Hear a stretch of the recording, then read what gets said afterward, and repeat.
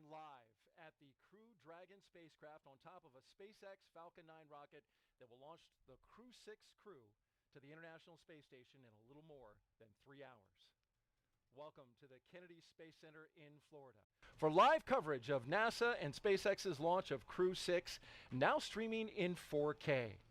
I'm NASA's Daryl Nail, and with me is NASA astronaut Raja Chari, back by popular demand. Thanks for coming back. Yeah, glad to be back, Daryl, and hoping the second time is the charm, and hoping to see my first launch. Absolutely. We're excited to get your reaction on that.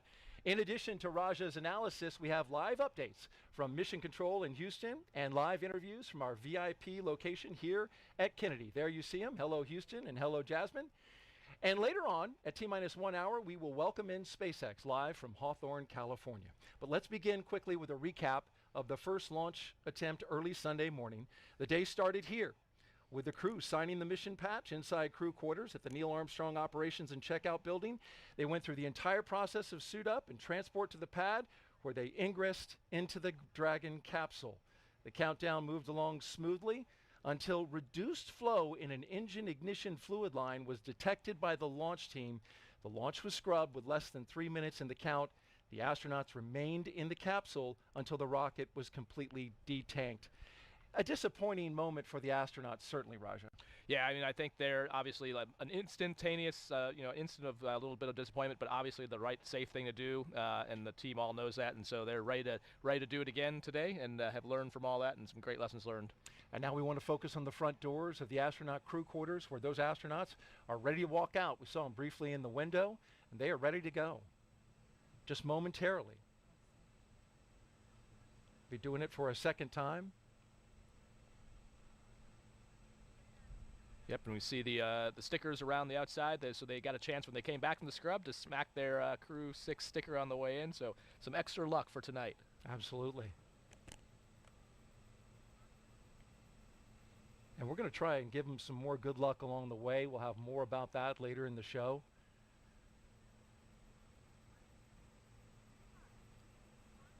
You see the sign above them with the names of Crew 6.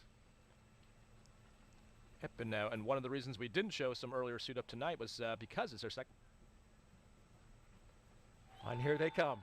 Crew 6, walking outside of astronaut crew quarters for the second time, hoping to make the flight happen. Warren countdown. Crew walk From out. left to right, Crew displays. Andreï Fediaïev, Warren Hoburg, Stephen Bowen, and Sultan Al Neyadi.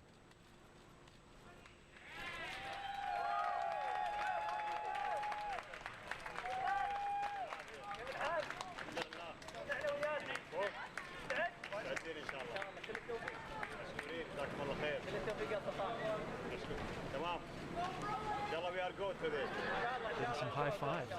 Yeah.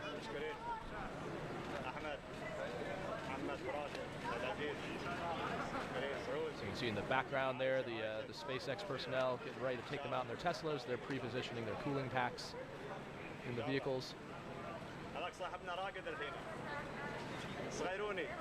Sounds like our microphone is close to mission specialist. It is, yep, close to the UAE area. We're looking at Captain Bowen, huh? There's Andreï, so a great chance for the friends, family, loved ones to come out and say good luck and see you later to the astronauts. You saw the Administrator Nelson and Pam Melroy down at the end there. The back of her head, and then the Administrator just to the right of her. So Raj, this is the second time they're doing this. What's the kind of the mindset now as you see your family now for the second time? It's actually kind of nice because you get a little bit of time in between that scrub, and this time to have, you build up to a lot of it thinking you're not going to have a whole lot of time, and then you get a little bit of extra time with your family. And I misspoke. That wasn't Pam Muller, that's Katie Maynard down there. But yeah, it's actually, it's definitely busy. So inside crew quarters, we can talk about that later. There's plenty of sims in there, but it's a nice chance to have a few more hours with your family on Earth. And you were able to have some communication with the commander during the downtime. What What did he say about kind of their mindset? Well, so Steve commented that this is, essentially all in a day's life. Woody pointed out that this is almost like a free training sim for them. So, and that's kind of one of the reasons we saw them ahead of timeline tonight in the suit-up room is they've done it all before. So a lot of doing something the second time makes it a lot easier. So they essentially had another free dress rehearsal to practice it all. There's Woody Hoburg, the pilot for Crew 6, giving the wave. You can see there's a sense of familiarity as they get into the Teslas. Yep, and now you can see Administrator Nelson there, the bottom right, and then Bob Cabanas just to his right. And I think that's Calvin Manning to his right, the Deputy Kennedy Center Director. So definitely a sign of the importance of this mission to have all the headquarters folks come down here, stay down here. The crew's not the only ones that stays down here between scrubs, they do too. So it's all hands on deck. So the second Tesla, the doors are closed for the commander and the pilot for the mission, and behind them, the mission specialists. In that second Tesla, they also include the flight surgeon. They ride along, and then in the third Tesla, those astronauts are with a second closeout lead. They take some of the closeout team with them on the way to the pad. And take a look at the license plate. We saw this last time. Crew Dragon with a number 6 for the G. Yeah, and this time I know. So last time I was surprised to find out that it changes each time. I was thought that it always said send it with a 3, but it turns out that was only for Crew 3. So Crew 3 was a special mission. Maybe not special enough for to put it on every single. Maybe I've been watching that video too much. You see Nora is at the back of that third car. She's in the new class of astronaut candidates from the UAE. Training with who we call the Flies, which is the 2021 class. Yes. New partnership with the UAE for commercial crew. And now the families get to go up to the window. Yep, and you just saw Hazza leave the frame, who was the first astronaut from the UAE to go into space. And then he and Sultan actually trained together in Russia, and then Hazza has been Sultan's backup here in the U.S. So a long partnership between the two of them, training together both in Russia and here. And we'll hear from Hazza a little bit later on in the show. Our own Jasmine Hopkins is going to be interviewing him again tonight. Look forward to getting the words from him and find out if he was able to catch up with Sultan in the interim.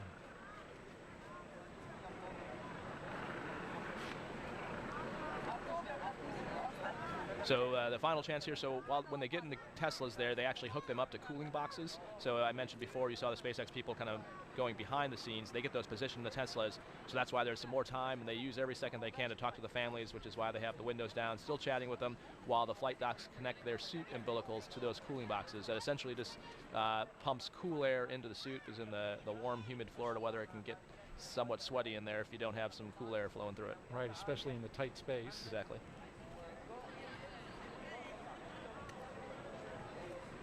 Did you roll down your window when you were riding out? I saw during demo 2, Bob and Doug rolled down the window briefly.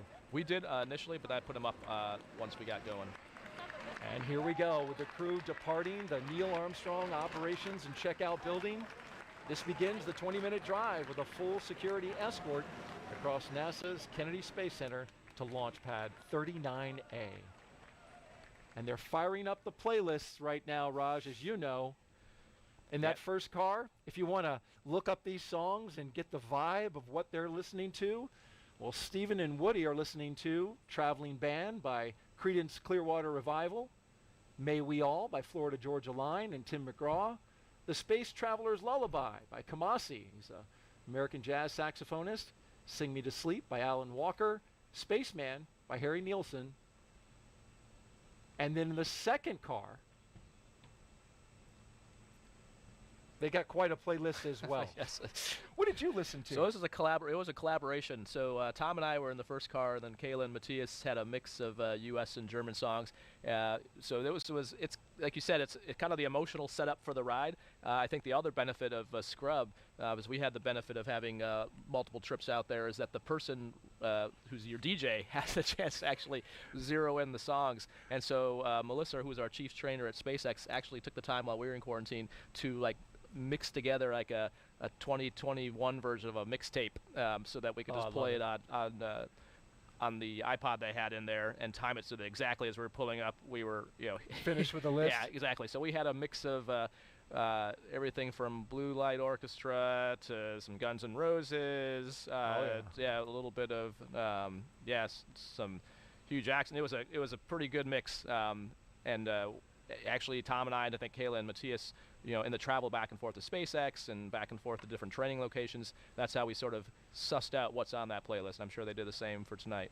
End with a great finish of the song. As we just saw there, we have, of course, permission to go through those stoplights with the full security escort. And hey, folks, listen, Raja has some great insight into space flight, what it takes to be an astronaut, how he got there. If you want to ask some questions, we want to invite you to participate. If you'd like to ask him a question over the next 3 hours, jump on Twitter, Facebook, YouTube, or Twitch, and send your question with the hashtag AskNASA. We look forward to hearing from you, and I know Raja really enjoyed answering the questions the other night, and he'll do it again. Let's introduce you now to today's crew. Captain Stephen Bowen. He hails from Cohasset, Massachusetts, and is married with 3 children. He holds the title of first U.S. Navy submarine officer to be selected as a mission specialist by NASA. Captain Bowen is also a veteran of NASA's space flights, including space shuttle flights on the STS-126, 132 rather, and 133. During those missions, he and his crew expanded the living quarters on the ISS, delivered an integrated cargo carrier, and a Russian mini research module. He has logged more than 40 days in space, including 47 hours and 18 minutes in 7 spacewalks.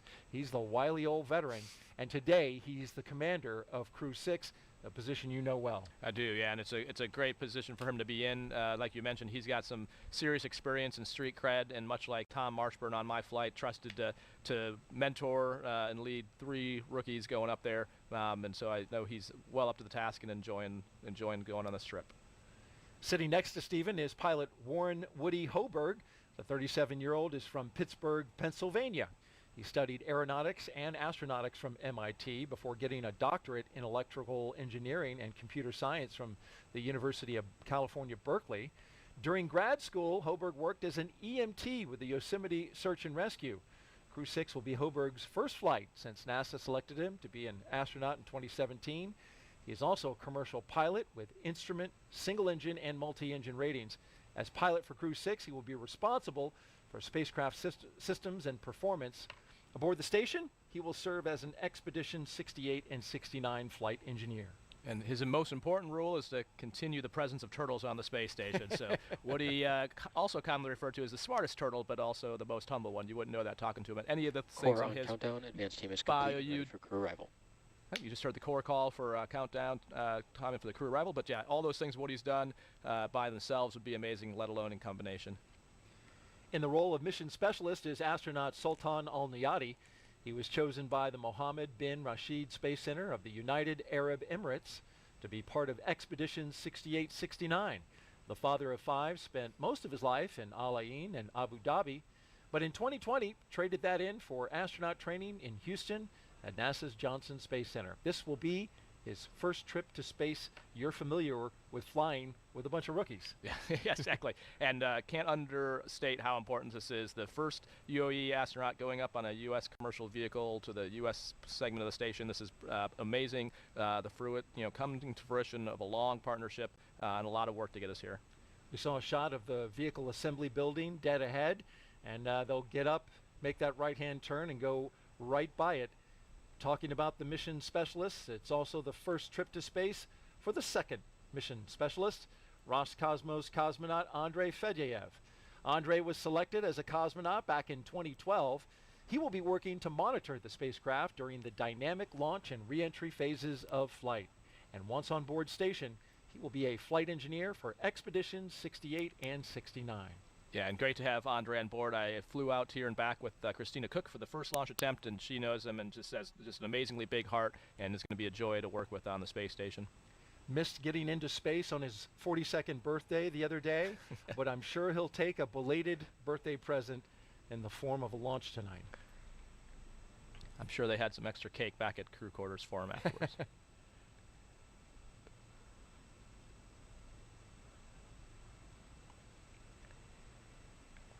So we also got to break in. We mentioned last time, it's the first time they're using the black Teslas versus the white Teslas. So not sure if maybe Crew 6 maybe have zapped the windshields an extra time to count for their second trip out there. So there's definitely some room to be filled on these windshields, and maybe hide some stickers at a few places where they find after the fact. Yeah, those stickers will, get to go on those Teslas for the first time since SpaceX told us they're expanding their fleet of ride-out vehicles. And we know they're getting close because I can hear the helicopter. There it is, passing overhead as they pass in front of the Kennedy Space Center VAB, and just a few feet away from the turn basin. And while we're looking at the VAB, the home of the Artemis 1 mission and all Artemis missions, it's a good time to talk about what happened at the turn basin the other day. They're getting ready to pass by that body of water, as we see some folks waving at those cars as they go by. Several weeks ago, NASA's recovery team was in the water, training to return NASA astronauts after a flight back from the moon. So as they get ready to pass this part of the Kennedy Space Center, let's get an update about what happened out there in our Moon Minute. Right now, NASA scientists and engineers are preparing for Artemis 2. The mission will send 4 astronauts on a trip around the moon in 2024. But before that happens, test crews are practicing how to recover astronauts from the Orion spacecraft after splashing down in the Pacific Ocean. This black full-scale replica capsule, named Vader, stands for Vehicle Advanced Demonstrator for Emergency Rescue. It spent the last couple of weeks in the turn basin here at the Kennedy Space Center, where it was floated on the water and tested.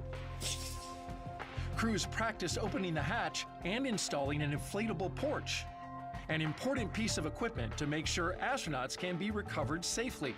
If needed, adjustments will be made, and then it will be shipped to San Diego, where NASA and the Navy can perform recovery tests in the Pacific Ocean. And for more Artemis updates, check out the QR code on your screen. We're going to pop it up right there.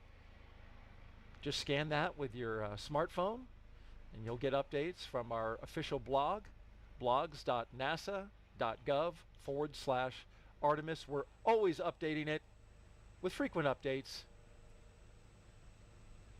as we gear up for Artemis 2. It's nice to see them out there already working on the next mission. Yeah, it's been a long iteration, and since Orion, as part of the Artemis, just like the Dragon lands in the water, a lot of training goes into making sure we're ready for that. We talked about the mission specialists, Raj, and how we've got the UAE, we've got Roscosmos. It's all a part of flying integrated crews. And for NASA, this ensures operational safety. Crew members on station are trained to do maintenance and spacewalks, and it also protects against contingencies such as a problem with any crew spacecraft, serious crew medical issues, or an emergency aboard the station that requires a crew and the vehicle that they are assigned to return to Earth sooner than planned. We had an issue with a spacecraft on station, a backup spacecraft. The Soyuz was flown up there, but in the interim, NASA always has a backup plan. And so the astronaut that flew up on the Soyuz had a ride to go home if it was needed. That's right, yeah. So we always talk about the next worst failure when we're looking as kind of the mindset we have at Johnson Space Center and in the astronaut corps. And so, yeah, exactly, always thinking about what could go wrong and having a plan to deal with that. And that's exactly the case we're in. Now have another Soyuz up there, and so now back to what I would call more nominal ops. As the caravan passes the security gate at the Launch Complex 39, let's check in now for the first time with Johnson Space Center in Houston, Texas, and that's where we find Courtney Beasley with an update from Mission Control. Good evening, Courtney. Good evening. Thanks, Daryl, and welcome to the International Space Station Flight Control Room at NASA's Johnson Space Center in Houston, Texas. Mission Control is essentially the nerve center for operating the International Space Station, working in tandem with our partner agencies and providers around the globe. Together, we've ensured the station is ready to welcome Crew 6. Leading the team inside the room right now is Flight Director Judd Freeling. He will also lead the joint NASA-SpaceX Go, No-Go polls once we're in integrated operations with Mission Control Controls here in Houston and at SpaceX in Hawthorne, working together to bring Crew Dragon to its new home in space. Meanwhile, the crew aboard the space station is currently in a sleep period set to wake up around midnight Central Time. When we check back in later, we'll talk a little more about what the crew on the International Space Station has been doing to prepare for Crew 6. But for now, we'll send it back to the team over at Kennedy. Daryl. All right, thank you very much, Courtney. And Mission Control ready to go. Back here at America's spaceport, we're watching the Teslas with three astronauts and one cosmonaut going through the security gate at Launch Complex 39A. So this is inside the pad perimeter. It's inside the blast danger area. Yep, and you see him going by what's called the horizontal integration facility. So you saw him drive by the VAB, which is the vertical assembly building we use for Artemis. SpaceX actually integrates their vehicle horizontally, and then it rolls out. You see those railroad tracks there. That's how it goes out on the transport erector launcher there, the TEL. So they actually stack the capsule and the trunk inside that vehicle and then roll it up the tracks there, and then the TEL lifts it up into position on the pad. And a cool view there from the lead Tesla with that out the window view as they're coming up. Gotta love that as we're looking at the base of the rocket. And, you know, recapping again the issue from Sunday night, there was a problem with actually a clogged drain line for the TTAB system. This is the engine ignition fluid that fills the bottom there, the base of the rocket, to make sure that each of the engines of the Falcon 9 lights up. They found out about it and didn't have the confidence that they would have enough engine ignition fluid to light those engines, so they scrubbed. Rajli later found out that there was a clogged filter in one of the engine lines, and so they changed the filter. They blew out the lines with gaseous nitrogen, cleaned them all out, and now it's up and running great. Yeah, so it's great news. So, yeah, the TTAB in super simple terms is kind of like the spark plug of an engine. So we'll talk later tonight as they're loading prop. You know, there's fuel and oxidizer that feeds the engines, but that initial spark comes from the TTAB that, you know, sort of like lighting a gas grill and, you know, reaching in there with that wand and clicking it on. So that's basically what was going on. Whenever you see signals like that, initially it's like, well, is it actually a problem or is it just bad telemetry? And that's why, you know, they talk about it through mission control, try to look for alternate sensor readings, but ultimately the safe and as proved out, the right thing to do is to call the launch and do what's absolutely safest for the crew. We talked a lot last time. Countdown, crew have arrived at the pad. So you just heard the core call to the team that the crew's on the pad, and that word goes out so the closeout crew and the folks who are setting up displays who aren't watching the 4K stream know what's going on. That's right. But yeah, so that TTAB, they wouldn't know if they were watching. Exactly. Hopefully they're not watching. Right. But yeah, so the TTAB, again, if there's ever a doubt, you know, we do have protocols for, like, is it a bad telemetry or just one bad sensor? But in this case, there's a few indications that there was something wrong, and they made the right call to stand down, and as you said, found an actual clog and fixed that. And so the good news is we're back on track. That's a great point about the telemetry versus, you know, the problem. It can look one way, and you could find out there's a problem with the sensor, like you mentioned. But in this case, it literally was an issue that they were able to identify and then quickly correct. And so we're excited to light them up tonight. Crew 6 and NASA and SpaceX. This is our 6th crew rotation to the International Space Station since 2020. This successful NASA program is called Commercial Crew, and it's based right here at the Kennedy Space Center. Jasmine Hopkins now joins us live with one of the leaders of this program. Jasmine. Thank you so much, Daryl. We are back tonight on the balcony of the Operations Support Building number 2 here at Kennedy Space Center. And right now, we're so glad to be joined by Kathy Leaders, the Associate Administrator for NASA's Space Operations Mission Directorate. Good evening, Kathy. Good evening. So happy to be here. Of course, and we are happy to have you. This is round 2, as we said earlier, you know, a second time's a charm. But really, let's talk about that seriously, that we prioritize safety here at NASA. We only launch when we're ready, right? Yes, and you know, it kind of seems like a cliche because we say it over and over, you know, space flight's hard. We say it's really, really hard. But when you look at all the things that have to be done perfectly to make sure we're flying safely, it is hard. And it's that attention to detail that makes us ensure that we're flying our crews safely. And so you just got to step through it carefully, you know, and I tell the team one step at a time. And, you know, sometimes you can be almost at that, you know, that 5-yard line, seeing the goal in sight like we were, you know, early Monday morning.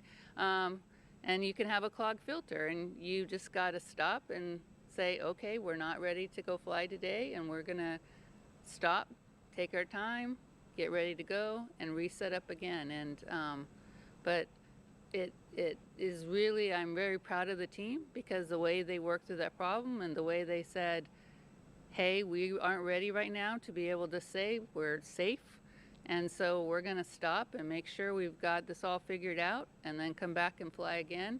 I think it is a real testimony to the team. It really is, Kathy. And as you said, spaceflight is hard, but we have been just pushing forward with the commercial crew program. As Daryl said earlier, this is the 6th crew rotation flight from NASA and SpaceX to the space station. What do you think of that cadence from the commercial crew program? Well, you know, this is near and dear to my heart. And so obviously, you know, as the ex-commercial crew program manager, I'm awfully proud of the way the team has, you know, and not only the 6th crew rotation mission, but, you know, really the 7th mission with also doing demo 2. You know, in March of 2020, as we were kind of in our campaign getting ready for the demo flight, I would have dreamed, this would have been like the greatest dream for me, that we would be here, you know, 3 years later, less than 3 years later, and have maintained this cadence of safely being able to rotate our crews. So extremely proud of the team. Yeah, and it really does seem like almost surreal that we've come this far. And of course, we're working very closely with SpaceX on this mission, but we're adding more partners to this. What are we doing for the commercialization of low Earth orbit?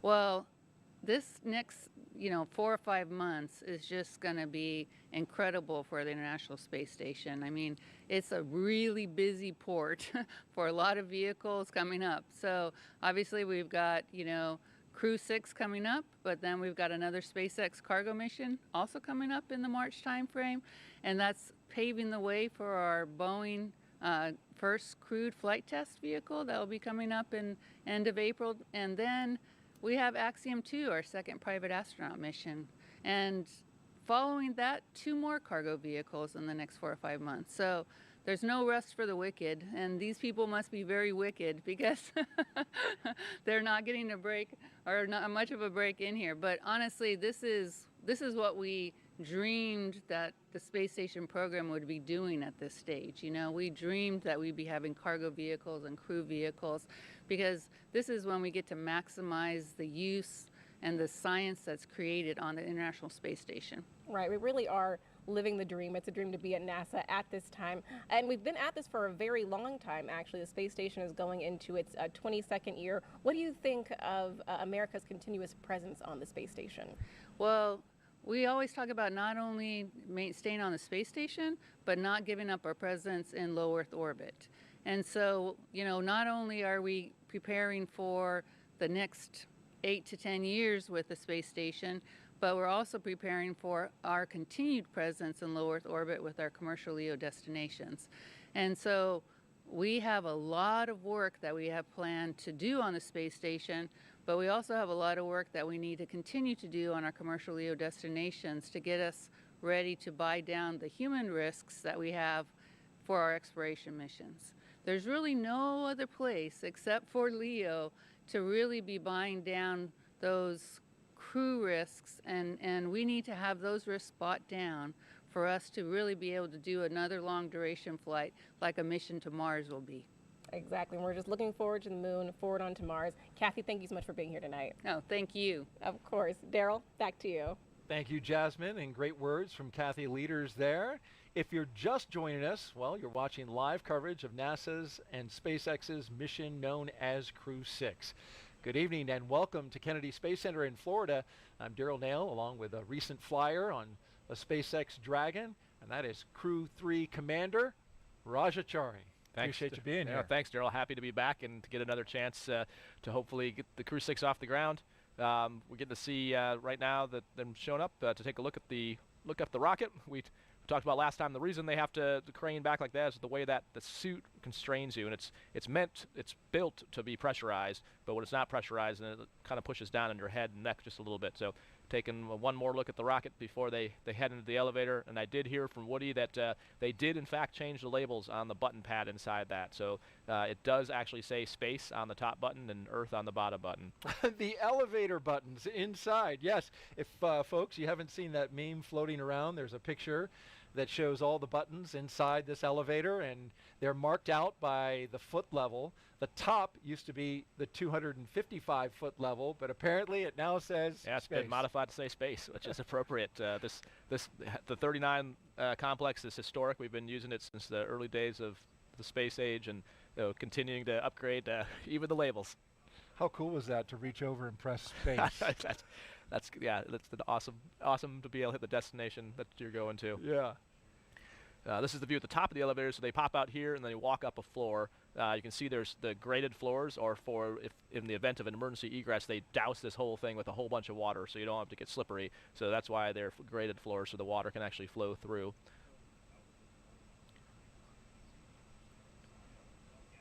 And you see astronaut Nick Hague is with them. He's number 12. See him turning the corner there. This is the astronaut support person. And Nick Hague, of course, an experienced astronaut, been up to space station, been through a launch abort himself. Great resource to the astronauts. Yeah, it's amazing. Reed Wiseman, who's the former chief of the office, likes to say that Nick is a unicorn. He's pretty much the only person, right now that's, well, he's been to space twice, even though he only won one mission. This is the first time they aborted. They actually ballistically went into orbit, right. so he counts that as two, rightfully so. Okay. But yeah, that's really, really unusual. I don't think there's anyone else in the office that's been through a launch abort, which, as we know, the commercial crew program has that as a requirement. So we've got that system now with both Dragon and Starliner. But to actually have done that is a way, it's pretty extreme. Yeah. See Sultan and Andreï heading up the elevator. You notice tonight everything's going faster, which is a testament to the fact that we practiced this once. So they're, now this is the second time the team's doing this, and Woody himself commented there's almost like a free sim that they got to do the other day. Things are going a lot faster. Certainly noticed that. Just to finish the thought on the launch abort, that was a Soyuz in 2018 that launched out of Kazakhstan. Waiting for the mission specialists, and here they come.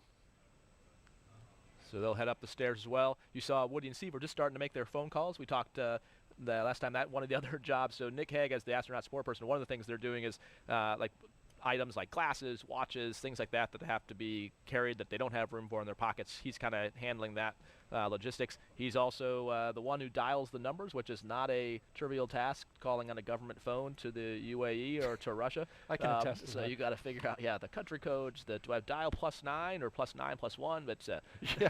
it's different on every number phone. gets you out, exactly. which number gets So you to the definitely international. want to make sure you've done that, and you want to make sure the person who's going to get the call knows that it's not a spam call. So you need to make sure you give them that number in advance. The chevrons on the ground there, they're going to be when they go onto the spacecraft, they're walking against the chevrons, but those chevrons are meant for in a low visibility egress, because I make a mention the water system is on, so you would be getting doused with water, so you can look down, and that's pointing you to the egress baskets, which on the far left side of the screen, it just kind of went out of view, but you can see where these slide wires are at, and that's how you would get down to the ground. Now you can just see them on the left side. Yeah. They're like a super fun zip line ride that you would get into a basket and then go down to the bottom of the pad. And there's a loudspeaker system up there, and so as you're egressing, the launch director would be giving you instructions, most key, like how many people are still on the pad, because as the crew, if it's just 4 of you, that's relatively easy, but if the closeout crew is there, you got to make sure you count baskets and people to make sure everyone gets down to the ground. Want to have a full head count of everybody who's you don't out want to there. leave anyone up there. Yep. Right. So it looks like they're cycling through the phone calls now. This is the view looking towards the crew access arm. It is behind the black door.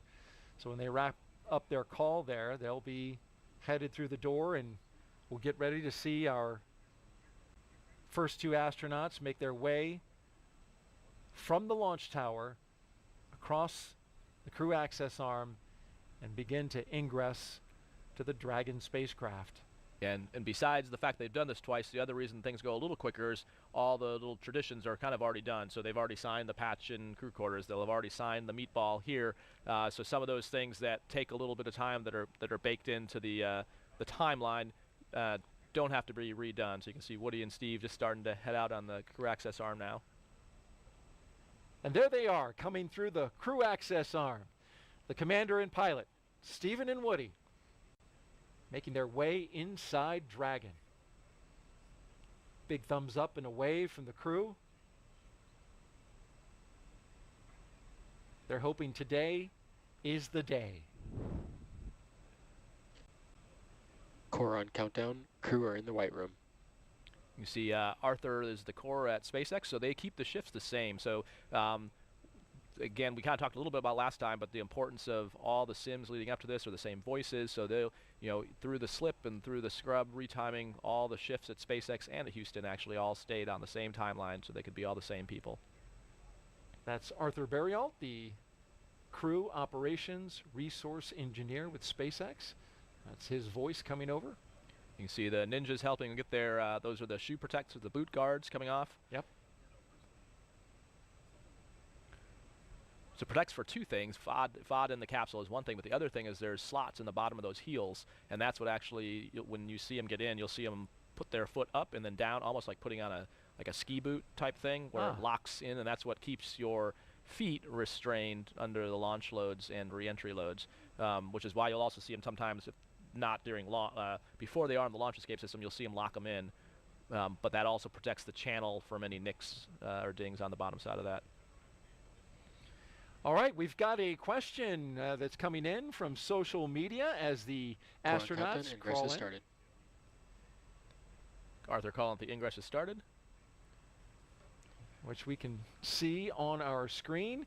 So here's the question. Space Brandon on Twitter asks, he's referencing to the view out the window.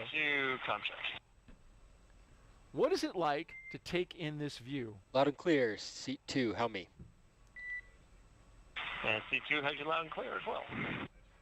So I'll tell you, it's awesome. The view out the Dragon window you don't really see getting in, because as you saw as they crawl in, their head is towards the seats, and then when we flip around, you can see that the white room and that crew access arm kind of blocks the view out the two windows there, which you can see if you look at Ninja 10 to their right and left, you can see the Dragon windows. The view you do have is before you walk across the crew access arm, and it's SpaceX Dragon seat 3, contact.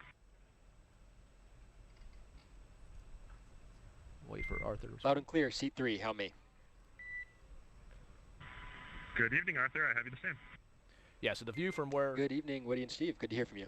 Sultan and Andreï are standing is awesome. You got the water, especially on a clear night. You do this during dry dress. You come up here and take in the view, but seeing... Yeah, I think he's talking about taking in the view right there. So you can go to the corner to where that kind of white post is, kind of where Ninja 14 is at, and you can kind of hang off the edge. Don't do it too far. But yeah, it is pretty amazing. And seeing the clouds and the water, I think, is what's most distinctly different. So on Earth, you can see the actual individual waves and the clouds moving in from space. You definitely can't see that level of detail. So yeah, trying to take all that in, I don't think you really appreciate it until you come back and see that same thing. And we can see Nick Hague now taking cell phone shots of Sultan as he's on the phone, which a good fellow astronaut does. And you heard Woody and Steve checking in with Arthur. Those are just the initial comm checks. We'll do much more intensive ones later, but that's just to make sure that when they connect their umbilical, that it's fully seated. And so if you get a good comm check, you know that the little pins that connect that loop are good. Our mission specialists now getting ready to board Dragon, Sultan and Andreï with a big thumbs up. Beautiful shot from high above looking into the crew access arm as they make their way aboard Dragon. And while we're watching the mission specialists in action, let's take another social question, which is relevant. And he's showing off, getting the Space Tech's badge. So it is. So we talked about last time they grab the ninjas' name tags to take with them, and they distribute those amongst the crew so they can fit them in their pockets and satchels. And the question there looks like, what's the mobility like on the pressure suit while walking around? It's actually fine. It's just a little bit of pressure on the top of your head pulling down. And as you saw, that's kind of why they arched their back to look up. You can't tilt your neck backwards, and obviously if you turn your head side to side, your head is kind of turning inside the helmet as opposed to the entire helmet moving. So it's just more a matter of not straining your neck. It's like traction almost. Yeah. It's just a mild traction. Yeah, and it can get hot, so you don't do a whole lot of action unless you have cooling attached to you, especially with the weather here. But compared, again, this is in what's called an IV, in-vehicle suit, IVA suit, not a EV or extravehicular suit. So way different than if you were trying to walk around in an EMU, which is what we use for spacewalks. That would be a way different story, and you probably would not be able to walk on Earth gravity, as it weighs upward of 300-400 pounds, whereas this one is meant to be able to move around. When it is inflated, it's meant to be in the seat. So if it was pressurized, it's not meant to be moving around in the cabin with it, because you don't really have joint mobility, so it's meant to be restrained by the straps and in the seats to be fully functional in a depressed scenario. There go our two mission specialists with the duck as they cross the hatch, being very careful not to touch or hit the edges of that hatch, because that seal is so very important to maintaining a good seal when they pressurize the cabin in space. And now our cameraman will go inside. Or wait. And so those are the crew satchels. You saw those white bags. Woody and Steve's are already on their leg. There's a little loop under there that the ground techs help connect for them. See Sultan and Andrei hooking in their umbilicals, so expect shortly they'll do their comm checks with Arthur at the core. And it's worth noting, for those who follow very closely, that SpaceX is now doing some of their checks and operations in parallel rather than sequentially. It could end up sequentially, but they're aiming for parallel, and that will reduce the total time of the operation starting right now by about 27 minutes. Core, this is MS2, C4. How to read me? Come check. Doing comm checks even as they're getting seated. Loud and clear from seat 4. How me? Loud and clear, seat 4. Encore, MS1, comm check. And loud and clear, MS1 from seat 1. How me? I got it loud and clear. And a great view of Andrei's buckle there. So it's a 5-point harness. The crew can totally do it on their own, but just to save wear and tear on the suits, a lot of times the ground crew will help with doing that. And that way it makes sure it's really cinched down. So the way each on that circular harness around his waist, each of the waist straps and then the leg and the shoulders connect into a slot, and then to get out you rotate it counterclockwise or clockwise, and all 5 pop out. Similar to a harness in a jet? Right, it's actually very similar to like an F-35 harness. Yep, same kind of design. And Raj, of course, you flew the F-35 and the F-16 and the not F-16. No, okay, sorry. F-15 and F-15, F-14? F-15E and then F-35. Yeah. F-35, okay. Don't worry, it's okay for people who fly the F-16. It's not their fault.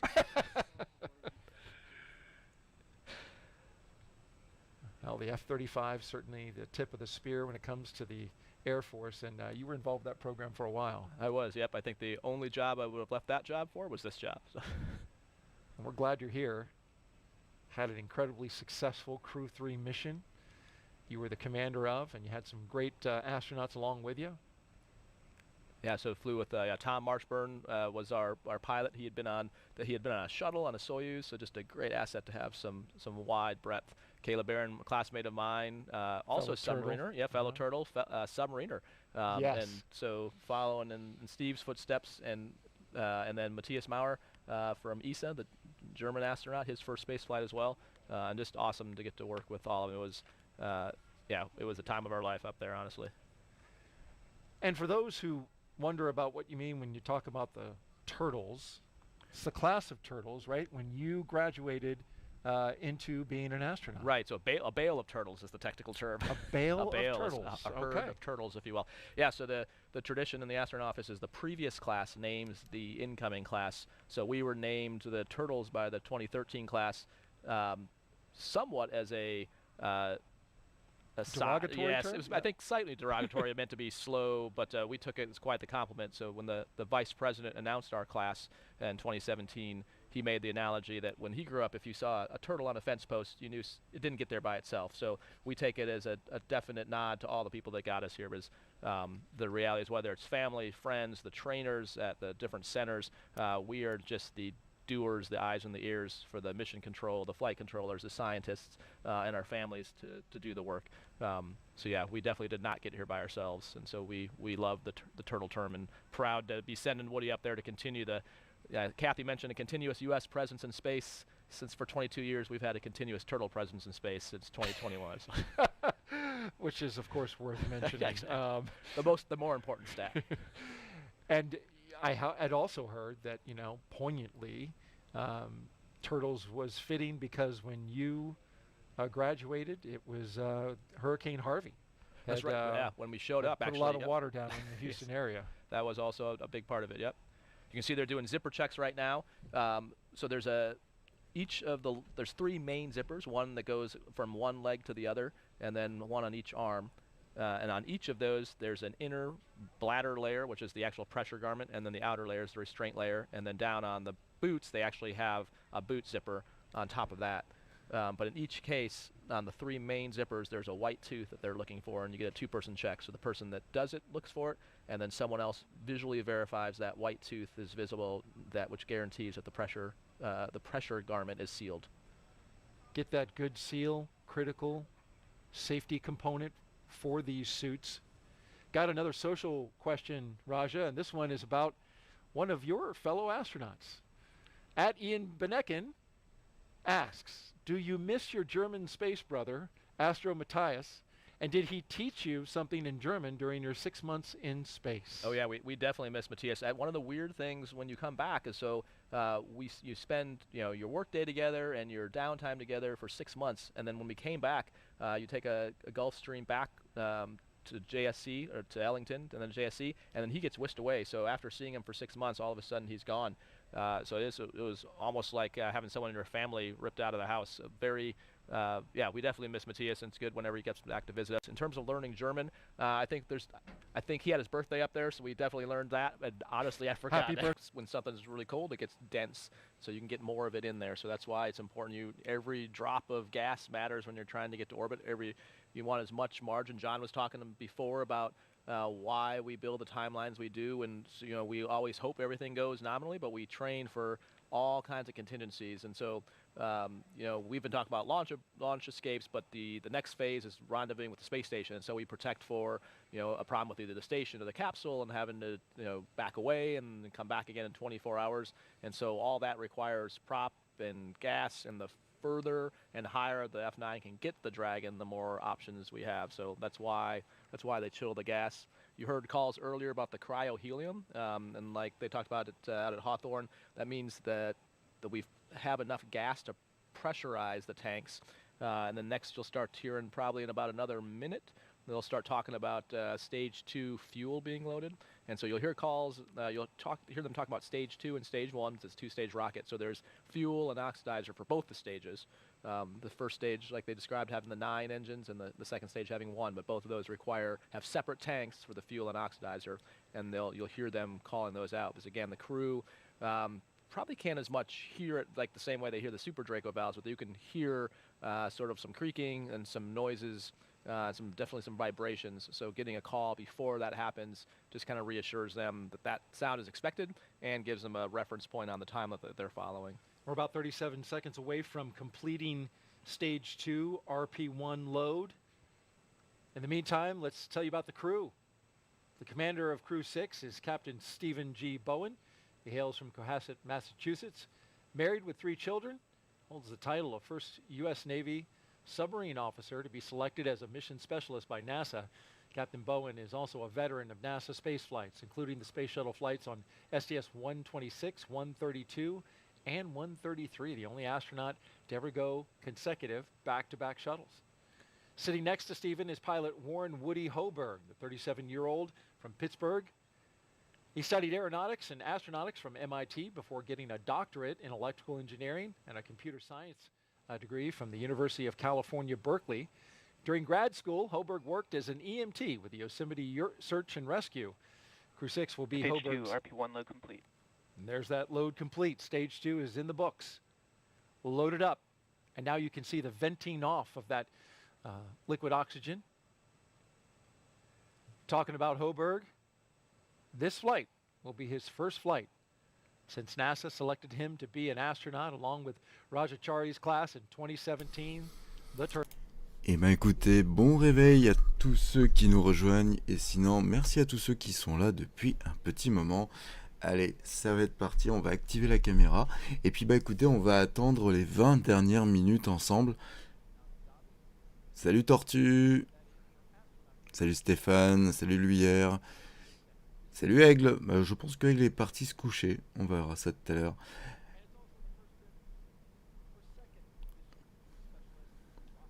Cosmonaut Andreï Fediaïev. He will be working to monitor the spacecraft during the dynamic launch and re-entry phases of flight. He will be a flight engineer for Expedition 68, just turned 42 years of age. Each of these 4 crew members will be part of Expedition 68 once they arrive at the International Space Station. Allez, comme je l'ai dit, on est ensemble aujourd'hui, je l'espère en tout cas, pour le décollage de Crew 6. Rappelez-vous, il y a 2 jours, écoutez, on a été au même endroit, quasiment à la même heure, mais on a eu un abort justement à partir de 2 minutes. Alors justement, ça me permet de revenir à la question de l'hier, pourquoi abort? Alors c'est tout simplement dans le titre, c'est juste que j'avais pas fait gaffe, et ça c'est important de le préciser. Non, il n'y a pas d'abort sur ce lancement, pour l'instant en tout cas. C'est tout simplement que on avait relancé un direct avec les mêmes configurations que le dernier. Comme le dernier s'était terminé par un abort, voilà, juste une erreur de titre. Allez, 18 minutes avant le décollage, écoutez, installez-vous, si vous avez la moindre question, n'hésitez pas. Et puis, salut Murray, comment ça va? Et puis, bah écoutez, on va partir ensemble pour un très long voyage vers la Station Spatiale Internationale dans moins de 18 minutes maintenant. Allez. Alors, le direct a été lancé un peu tôt, je l'avoue. Tout simplement, j'ai lancé le direct au moment où les astronautes sont sortis de la salle de contrôle, enfin la salle de préparation plutôt. Donc si jamais vous voulez revoir ces moments-là, si vous dormiez et que vous venez seulement d'arriver, il vous suffit de vous rendre sur le direct actuellement et avec la barre de lecture, d'aller juste au début du direct si vous voulez revoir tout ça, le temps qu'il nous reste, c'est-à-dire les 18 minutes. Alors, petite info à préciser, là ça concerne simplement les fans de Stargate, si vous le savez ou pas. Là je suis actuellement en préparation pour faire une interview qui sera en partenariat avec le site Stargate Fusion. Donc c'est un site, on peut le dire, je pense, le plus gros site francophone de la franchise. Je viens de me réveiller, je viens de voir que justement l'acteur Corinne Nemec vient de m'envoyer un message, donc pour vous dire que c'est en préparation, ça va arriver dans les semaines à venir, peut-être cette semaine, peut-être la semaine prochaine, ça pour l'instant ça sera quand il aura le temps justement de répondre à tout ça, mais voilà, il y aura une grosse vidéo en ce qui concerne tout ça. Je vais le dire quand même prochainement sur la chaîne, ça peut être la semaine prochaine, ça peut être dans 2 semaines, ça pour le moment j'ai pas encore de date. Mais voilà, donc par contre ça va être assez poussé, hein. Il n'y aura pas que du Stargate dans l'interview, mais il y aura, voilà, ça va être assez poussé.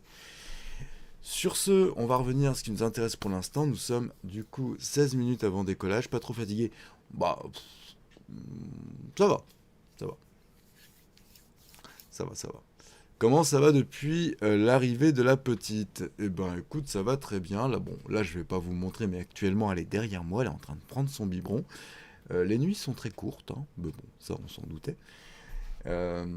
Mais non, ça va très bien, très très sage, rien à dire. Merci en tout cas Tortue de ta question. Alors, ça sera pas avec Colin, ça sera avec Corinne. Alors, Corinne, oui, c'est vrai qu'il y a une lettre qui différencie les deux. Colin, elle a déjà été faite, elle est toute petite et c'était improvisé. Là, c'est avec Corinne Nemec, c'est avec l'acteur qui joue Jonas Quinn. Bon, tout le monde en parle, moi je l'ai jamais regardé, je vous avoue, l'acteur qui faisait aussi dans Parker Lewis. Enfin bref, il a fait beaucoup de films. Justement, je crois que j'ai 2-3 questions qui abordent... Alors, il y a 10 questions en tout. Il y a 10 questions. Il y a 5 questions sur sa vie en général, c'est-à-dire que c'était aussi un écrivain, donc ça parle de beaucoup de sujets, ça parle d'un de ses films, Ted Bundy, ça parle... Voilà, il y a 5 questions où c'est un peu Oh, ding ding, et écoutez, merci à tous. Il y a 5 questions qui parlent un peu de sa vie, de sa carrière, etc. Et il y a 5 questions, par contre, qui ne sont pas les miennes, qui sont posées directement par l'équipe Stargate, stargatefusion.com. Voilà. D'ailleurs, une très, très bonne équipe. Allez. 14 minutes avant décollage.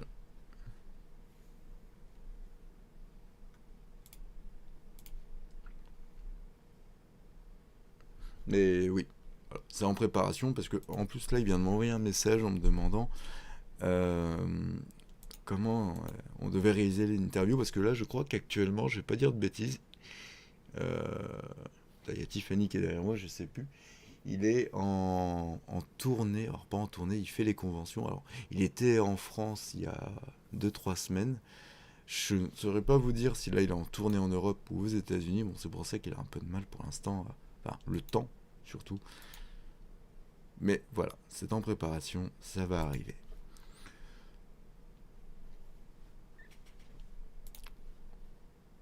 Merci Murray.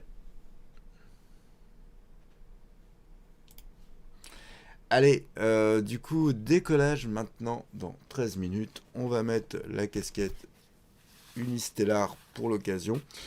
D'ailleurs, si vous avez remarqué, sûrement, c'est passé beaucoup sur les réseaux et autres. Si vous avez regardé par la fenêtre, alors là, pour le coup, il y avait juste besoin d'avoir de bons yeux, et encore. Vous avez peut-être pu apercevoir tout simplement 2 étoiles brillantes en début de soirée. C'est un phénomène tout à fait normal. Il s'agit de Vénus. Vous avez pu observer Vénus? Regardez sur internet, vous tapez 2 étoiles brillantes. Et il y a un petit phénomène assez sympa qui s'est passé. Je ne saurais pas vous dire. Potentiellement, peut-être encore ce soir, vous pourrez l'apercevoir. Ce ne sont pas des extraterrestres. Alors, il y a Tiffany qui me souffle derrière. C'est Vénus et Jupiter. Je voulais que les gens cherchent, justement. Salut Tomo. Eh ben Tomo, on en profite pour dire un petit coucou à la Nouvelle-Calédonie. Salut à tous, j'arrive à l'instant de l'EHPAD où est ma mère. D'accord, très bien Tomo. Ben écoute, tu passeras le bonjour à ta maman. Et voilà, vous avez l'équipe encore actuellement à l'écran. Décollage, maintenant dans 12 minutes. Alors pour ceux qui arriveraient pour potentiellement la première fois sur la chaîne, sachez que au moment où vous pouvez entendre potentiellement un bébé aussi derrière. Sachez qu'au moment du décollage, t'es pas habillé, je vais pas te montrer la caméra ma chérie. Sachez qu'au moment du décollage, du coup, on coupe le son, je coupe mon son et je vous fais profiter à fond du bruit de la fusée, de ce qu'on nous permet de mettre en tout cas. Lali, la future spécialiste en astronomie pour YouTube. Ah bah oui, non mais elle veut déjà participer en tout cas. Bon là, j'avoue, à une semaine, c'est peut-être un peu tôt quand même. Encore Angie, bon voilà, se débrouille il y a 6 ans, mais là, non. Vénus et Jupiter sont visibles le soir avant le coucher du soleil. Merci, voilà, Tomo qui répond du coup à ce qu'on vient de dire à l'instant. Merci Tomo encore, en tout cas, pour ton intervention. Je le précise qu'en France, parce que voilà, comme Tomo, vous venez pas de la métropole, en France actuellement, il est 6h23 du matin. Parce que je sais que potentiellement vous êtes de plusieurs pays francophones, hein, ça peut très bien être le Québec, vous êtes beaucoup, parce qu'avant je travaillais beaucoup avec les Québécois, Tomo de Nouvelle-Calédonie, je sais plus exactement, je sais plus, mais je crois qu'on a déjà eu la Réunion, enfin voilà, on a eu beaucoup de pays francophones, voilà, au cas où, chez nous, en métropole, il est 6h23. Allez, il nous reste 10 minutes. 45, vous inquiétez pas, tout ce qui est le compteur en haut, ça va partir. Il y a beaucoup de choses au moment du collage qui vont partir. On va pas tout laisser comme ça, là, c'est juste pour habiller un peu le stream, le temps de discuter, le temps de tout ça. Sachez aussi que, je ne sais pas si vous êtes nouveau sur la chaîne ou pas, ou vendredi, Donc là, on est jeudi, si je ne me trompe pas. Ouais, on est jeudi aujourd'hui. Donc demain, à 17h, aura lieu le dernier épisode de la saison 1 de Chronos. On va parler des... Alors c'est un hors-série, je le mets quand même dans la saison 1. On va parler des fusées Véronique. Ah oui, drôle de nom. Et ils font partie du programme Diamant. Alors, pour ceux que ça intéresse, ça va peut-être intéresser les Français, puisque là, on va parler vraiment exclusivement de la France, puisque le programme Véronique était tout simplement les toutes premières fusées que la France, du coup, a créées, a lancées même, puisqu'il y en a eu des centaines qui ont été lancées, même bien avant la création du CNES, bien avant la création de l'Agence Spatiale Européenne. Dès après-guerre, la France aussi voulait avoir sa puissance spatiale.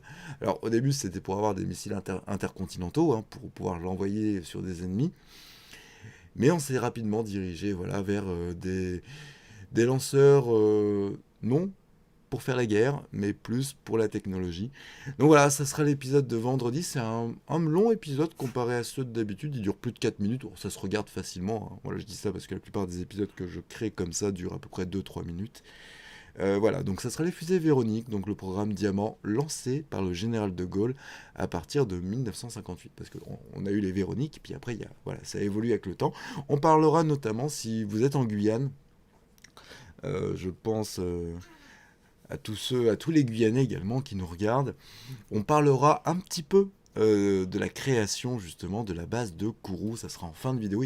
J'ai retrouvé un petit bout de documentaire qui présente du coup tout ça. Donc voilà, rendez-vous vendredi 17h. Pour ceux qui sont déjà, comment on appelle ça déjà, pas abonnés, mais qui ont rejoint la chaîne, c'est comme ça que YouTube appelle ça.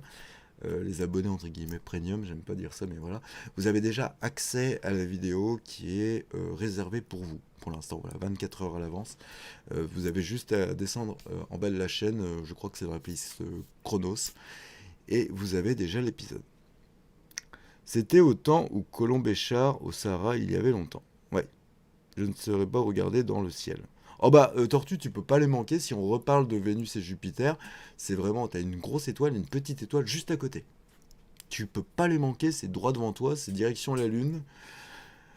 Tortue, c'est l'ouest avec un ciel dégagé, bien sûr, oui, bien entendu. Et je crois que c'est en début de soirée, hein, Tomo. Hein. Je peux me tromper. Alors, je suis pas astronome, hein. À ce niveau-là, je suis un peu comme vous. Bonjour à tout le monde, salut Cinder51. Donc voilà,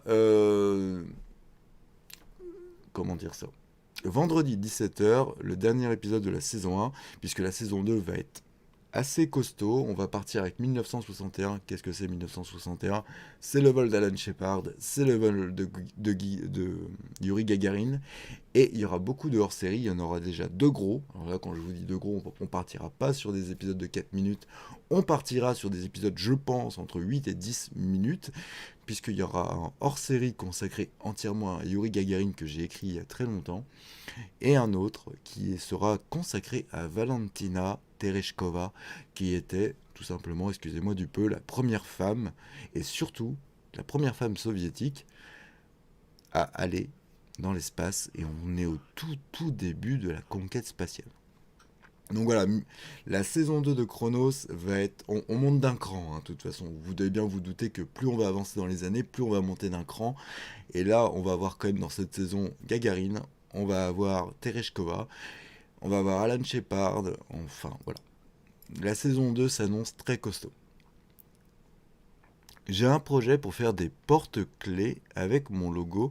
Faudrait que je vois avec Tiff si elle pourrait me faire une impression 3D. Il me faudrait une 50aine. Ah, bah Tiff, je sais pas si elle a entendu. Elle fait des bruits, elle murmure. Je suppose qu'elle a entendu. Je pense qu'on y reviendra sûrement demain. Sachez en tout cas que, à propos de ça, je sais pas si vous connaissez Pierre-Alain de Garrick. Eh ben, on est en train, enfin Tiffany surtout. Attends, je vais revenir, je vais aller vous chercher ça. Je vais vous en montrer un ou deux. Un Tiff. Parce que Tiff a réalisé justement 500 porte-clés pour lui. Alors je sais pas si on en avait déjà parlé, je sais pas si c'est pour ça que tu m'en parles. Attends, je reviens tout de suite.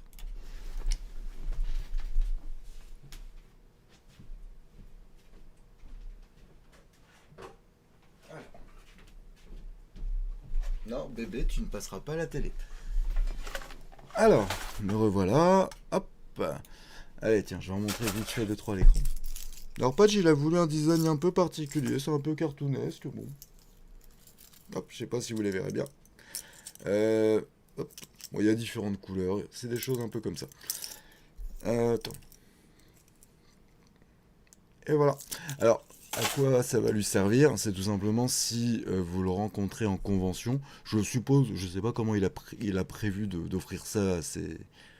Je sais pas comment on peut les appeler, en plus c'est fans. Enfin, bon, bref. Ding ding ding. Bah écoutez, merci. Là, pour le coup, ce matin, je sais pas à quoi ça correspond. Je suppose que c'est des abonnements, donc merci à tous ceux qui s'abonnent. Je suppose qu'il les offrira. Vous savez, si vous allez en convention, vous pouvez des fois rencontrer des doubleurs, des acteurs, etc., qui vous font une dédicace ou autre. Et je suppose que Padge a prévu de vous les offrir si vous venez le voir en convention pour parler ou pour... Voilà. Je suppose. En tout cas, voilà, ils sont prêts. Et d'ailleurs, en parlant de ça, tiens, ça fait une belle transition. Il devrait recevoir sa première commande aujourd'hui. Hein. N'est-ce pas, Tiff? Bon, Tiff, elle est là, elle vous soutient de loin. En tout cas, merci à tous ceux. Je ne sais pas si c'est des abonnements ou autre. J'avoue que là, le programme que j'utilise est un peu out. Ça ira mieux demain. Mais oui, Tortue, tu peux me contacter au pire sur Discord si jamais tu es intéressé. On verra tout ça.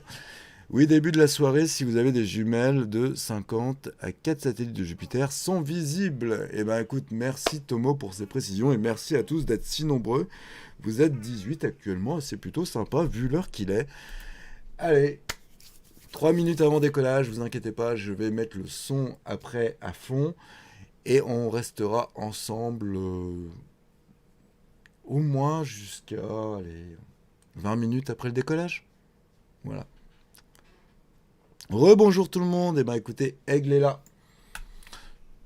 Aigle est là, merci à tout le monde d'être présent et on part dans 3 minutes. Donc, je redis encore une fois un petit coup l'info pour ceux qui viendraient d'arriver. Là, je me suis réveillé tout à l'heure. J'ai vu que Corinne Nemec m'avait envoyé un message à 1h du matin. Alors, il habite à Los Angeles, donc s'il est actuellement à Los Angeles, vous comprenez le décalage horaire. Et voilà, ça avance niveau de l'interview. Là, justement, il m'a envoyé son problème que... mec, comment je fais pour t'envoyer le gros fichier? Ouais, donc ça, c'est plutôt bon signe, c'est qu'on va avoir matière à travailler, matière à diffuser.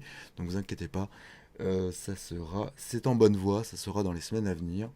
Et encore une fois, voilà, cette interview sera en partenariat avec le site stargatefusion.com. Ils ont d'ailleurs un Discord, si vous voulez, je vous enverrai un lien d'invitation, si jamais vous êtes fan de Stargate. Bon, c'est tout simplement le site référent francophone, hein, c'est plusieurs sites francophones à l'époque qui sont réunis pour former le plus gros site francophone, c'est pour ça que ça s'appelle Stargate Fusion. On aura le temps d'en reparler, d'y revenir en temps voulu, 2 petites minutes avant décollage. Ce que je vais faire, c'est que je vais déjà couper ma caméra, je reviens juste après, et on va attendre ça impatiemment, tous ensemble, le décollage de Crew 6 dans quelques instants.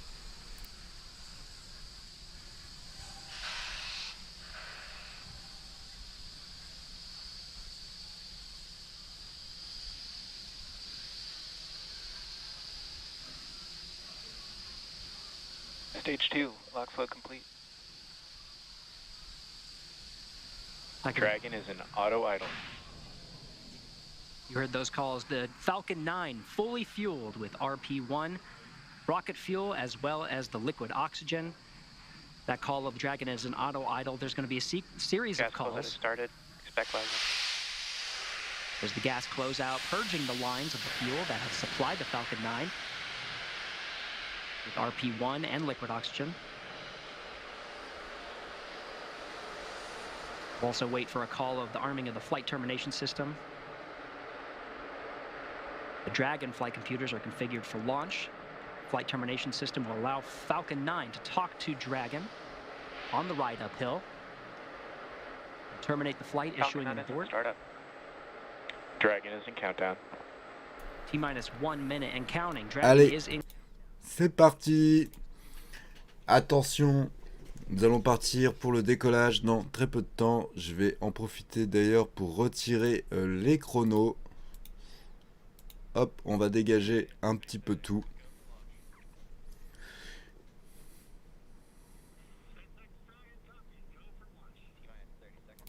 Voilà.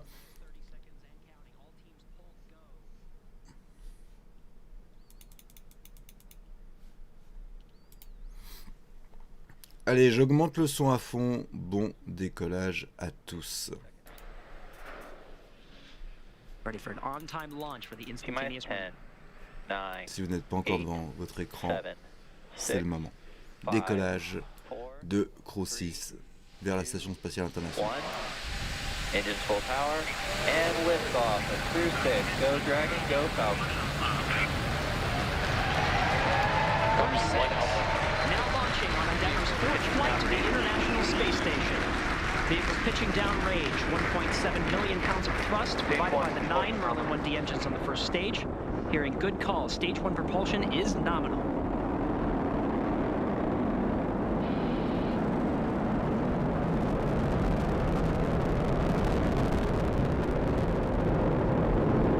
We're now at T plus 34 seconds into the 6th rotational crew mission on board Dragon and Falcon 9. Power and telemetry nominal.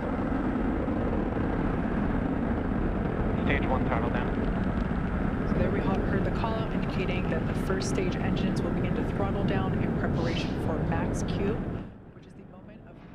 Allez, c'est parti. Crew 6 vient de décoller à l'instant. Alors, on est sur la chaîne de la NASA. On vient d'entrer actuellement dans la zone de Max Q.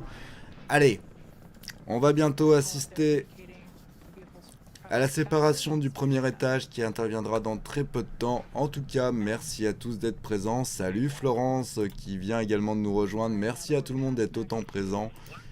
Allez, c'est parti pour Crew 6.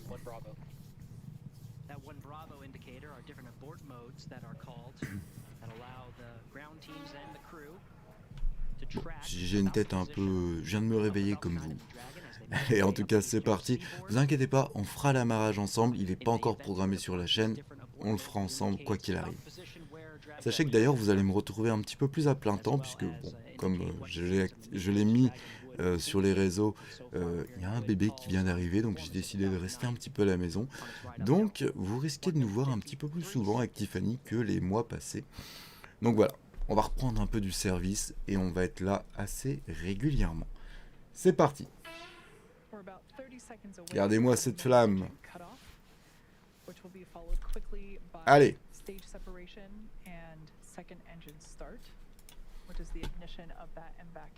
On va bientôt assister à la séparation du premier étage qui va intervenir dans quelques secondes. Si vous avez la moindre question en attendant, écoutez, n'hésitez pas tout simplement à y répondre. Attention, séparation du premier étage dans quelques secondes. Donc extinction du moteur, dépressurisation, éjection. Et éjection réussie.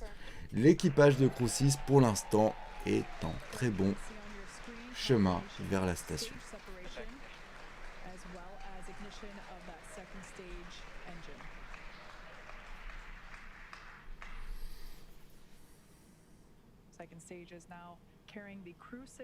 Allez, comme d'habitude, si vous n'en avez pas l'habitude, à votre gauche, vous avez du coup une caméra embarquée sur le booster qui est en train de revenir sur Terre.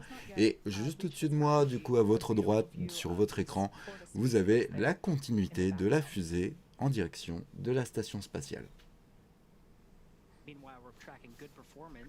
Je vais répondre tout de suite à ta question, mon petit aigle. Tiens, on y va tout de suite. Alors, amarrage prévu quand? Actuellement, si cela n'a pas changé, prévu le 3 mars, donc prévu demain. Alors là, l'heure que je vais annoncer, c'est l'heure internationale. Donc pour nous Français, on rajoute une heure. Donc l'amarrage du module Harmonie est prévu à 3h. Le 3 mars, aux alentours de 6h11 UTC. Donc vers 7h du matin pour nous en métropole. Donc je ne sais pas quelle heure il est chez vous, si vous êtes en Nouvelle-Calédonie, en Guyane ou autre. Heure de Paris, 7h11. Approximatif, hein. Ça peut encore changer, bien évidemment, vous l'avez compris. Oui, atterrissage du booster, ça reste top après le décollage. Exactement, Murray. Et on va le vivre ensemble dans quelques instants. Alors par contre, je pense que la NASA ou SpaceX, je ne sais pas, va continuer à diffuser les images après le décollage, pendant un petit moment. René, bonjour à toute l'équipe, félicitations pour le tout dernier de l'équipe. Merci René, bah écoutez, sachez qu'elle va très bien. Elle va très très bien, merci à tout le monde en tout cas. Qu'est-ce que j'allais dire? Tu m'as perdu René. Oui, si vous voulez continuer à regarder du coup le lancement de Crew 6, c'est-à-dire avoir la caméra H24, je vous inviterai du coup à aller voir la NASA, aller voir SpaceX sur YouTube, puisque moi je couperai le direct, on va dire, maximum dans 10 minutes, donc quand tout sera fait. Donc voilà, si vous voulez pendant jusqu'à 10h du matin regarder l'équipage dans sa capsule, je vous laisserai aller du coup sur la chaîne de la NASA ou SpaceX. Allez, merci en tout cas René, merci à tout le monde, je pense que j'ai pu rater des messages. Et merci d'avoir été si nombreux depuis bientôt 4h du matin ou 3h du matin quand j'ai lancé le direct. Allez, on va remettre un petit peu les commentaires et puis on va suivre tout ça avec impatience. Allez, on a atteint les 200 km d'altitude. Alors, on n'a pas de basculement sur le retour du booster pour l'instant. Bon, bah écoutez, on en aura peut-être un tout à l'heure. Pourquoi pas?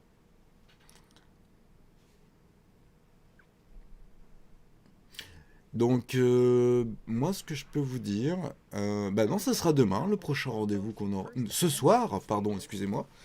Ça sera ce soir, si je dis pas de bêtises, ça sera vers 20h, faudra que je revoie ça. Mais si vous n'avez rien à faire ce soir, eh ben, écoutez, je vous donne rendez-vous sur la chaîne dans les alentours de 20h, tout simplement pour le décollage du Starlink. Et pour ceux qui sont matinaux, on se donne du coup rendez-vous demain matin pour l'amarrage et l'ouverture des écoutilles de Crew 6 à la station spatiale internationale. Et demain, à 17h, vous avez également pour tous l'épisode hors série sur les fusées Véronique, donc les premières fusées du groupe Diamant, Pierre Précieuse, pardon. Je sais pas pourquoi je dis Diamant. Pierre Précieuse, lancée par le général de Gaulle. Donc voilà. Pourquoi Pierre Précieuse? Pourquoi Diamant? Tout simplement parce que le général de Gaulle avait lancé, bon, c'est pas lui officiellement, mais comme c'était le président de la République, voilà. Donc la France, plutôt, avait lancé ses premières fusées qui les avait appelées Pierre Précieuse. C'est pour ça qu'on a eu les fusées Diamant, les fusées Rubis, voilà. Et on en parlera demain. Allez, c'est parti, atterrissage du booster dans quelques instants sur la barge océanique. Bon, il fait très sombre, c'est pour ça que les images sont un peu pixelisées sur votre gauche. Donc, amarrage demain matin vers 7h du matin pour nous, heure française. Paris. Et bah écoutez, j'ai l'impression que, parce qu'on a eu du noir, l'atterrissage du booster confirmé. Il nous reste 7000 km/h pour atteindre la vitesse de satellisation. Ça arrive dans très peu de temps.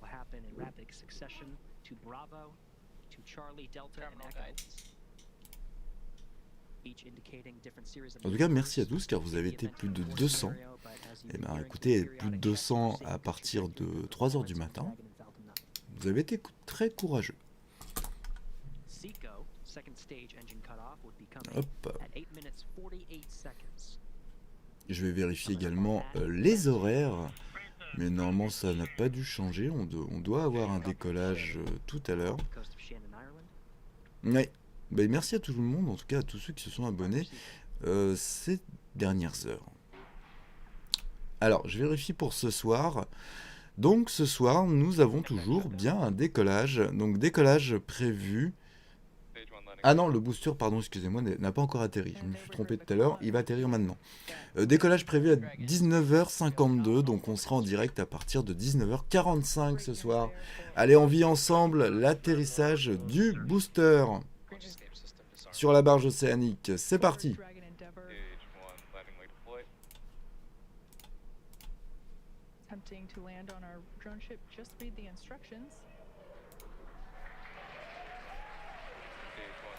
Et bah écoutez, atterrissage réussi du booster de Crew 6.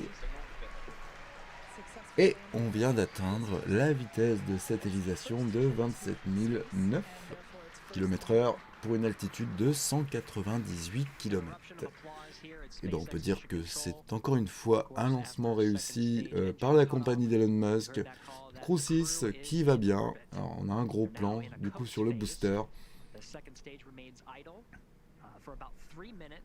J'ai l'impression qu'ils ont amélioré les vérins. Je ne sais pas s'il y a des spécialistes des Falcon 9 dans le chat. Peut-être Aigle, tu feras un petit retour sur image, tu regarderas les vérins, mais j'ai l'impression que c'est un autre modèle. Je peux me tromper. Ouais, comme dirait Murray, bravo encore à tous, bravo à l'équipe. Regarde, ils sont tous derrière la vitre, ouais, ils peuvent être contents. Encore un atterrissage réussi. Un atterrissage, oui, un atterrissage du booster et un super décollage. Allez, on va rester encore ensemble, allez, une petite 5 minutes ensemble. Merci à tous, encore une fois, d'avoir été présents. Je vous invite, si vous voulez continuer à voir le direct en temps réel, d'aller soit sur la NASA, soit sur SpaceX. Et nous, voilà, on va rester encore ensemble 5 petites minutes. De toute façon, à partir de ce moment-là, à part des caméras embarquées dans la Crew Dragon, on n'aura plus rien. Bon, voilà, je pense même qu'ils vont couper là, enfin, on verra. On va voir ça.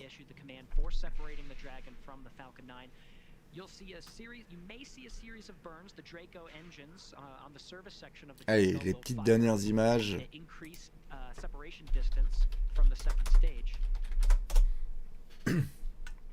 Mais je suppose que SpaceX devrait diffuser encore en continu. Donc, si vous avez suivi, rendez-vous ce soir à 19h45 pour le lancement de Starlink. Ce sera un petit direct.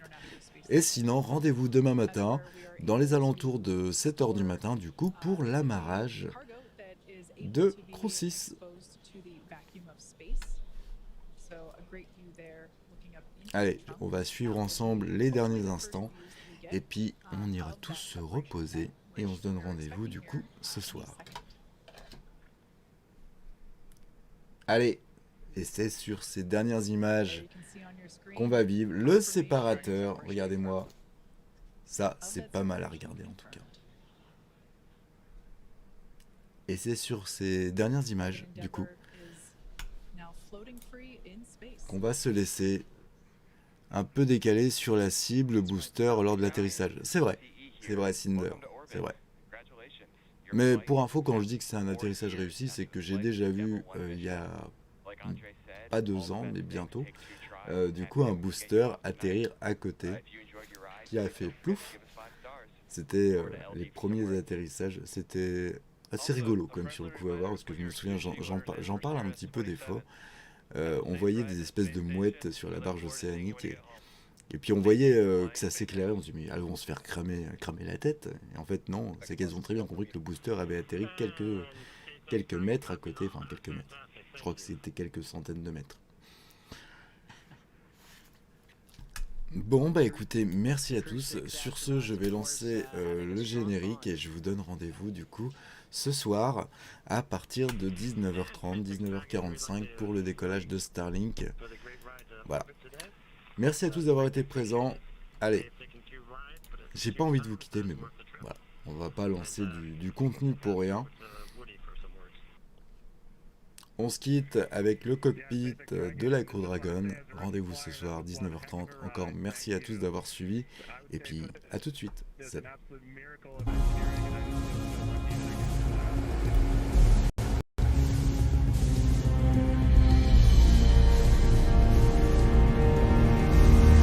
Nous sommes go pour la mise à feu.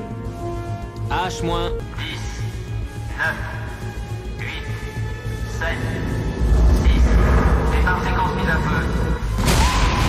2, 1, mise à feu.